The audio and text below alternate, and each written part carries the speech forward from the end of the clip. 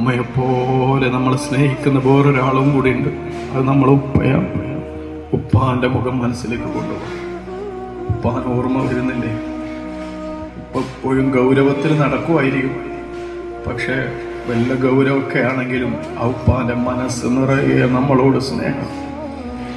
കാണാൻ വലിയ സൗന്ദര്യമൊന്നും ഉണ്ടാവില്ല.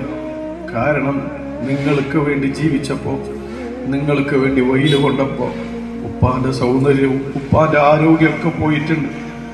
പക്ഷെ അതുകൊണ്ട് തന്നെ ചെറിയ പ്രായത്തിൽ സ്കൂളിൽ മദ്രസയൊക്കെ പോകുമ്പോൾ ഇതെന്റെ ഉപ്പയാണെന്ന് ചങ്ങായിമാരോട് പറയാനൊരു മടിയലുണ്ടായിരുന്നു. എന്ത് മടിയുണ്ടായിട്ടെന്താ കാര്യം? ആ ഉപ്പ ക്ഷീണിച്ചു പോയത് നമുക്ക് വേണ്ടിയാണ്. ആ ഉപ്പ മെലിഞ്ഞു പോയത് നമുക്ക് വേണ്ടിയാണ്. ആ ഉപ്പ രോഗിയായി പോയത് നമ്മളെ പോറ്റുന്ന തിരക്കിനിടയിൽ ആരോഗ്യം ശ്രദ്ധിക്കാൻ ഉപ്പാക്ക് സമയം കിട്ടിയിട്ടില്ല. പാവാണ്. ആ ഉപ്പ ദുനിയാവിൽ കുറെ സുഖിച്ചിട്ടൊന്നുമില്ല, കുറെ സന്തോഷിച്ചിട്ടൊന്നുമില്ല. ഒരുപാട് കഷ്ടപ്പാടുകൾ ബാക്കിയാക്കിയിട്ടാണ് പോയത്.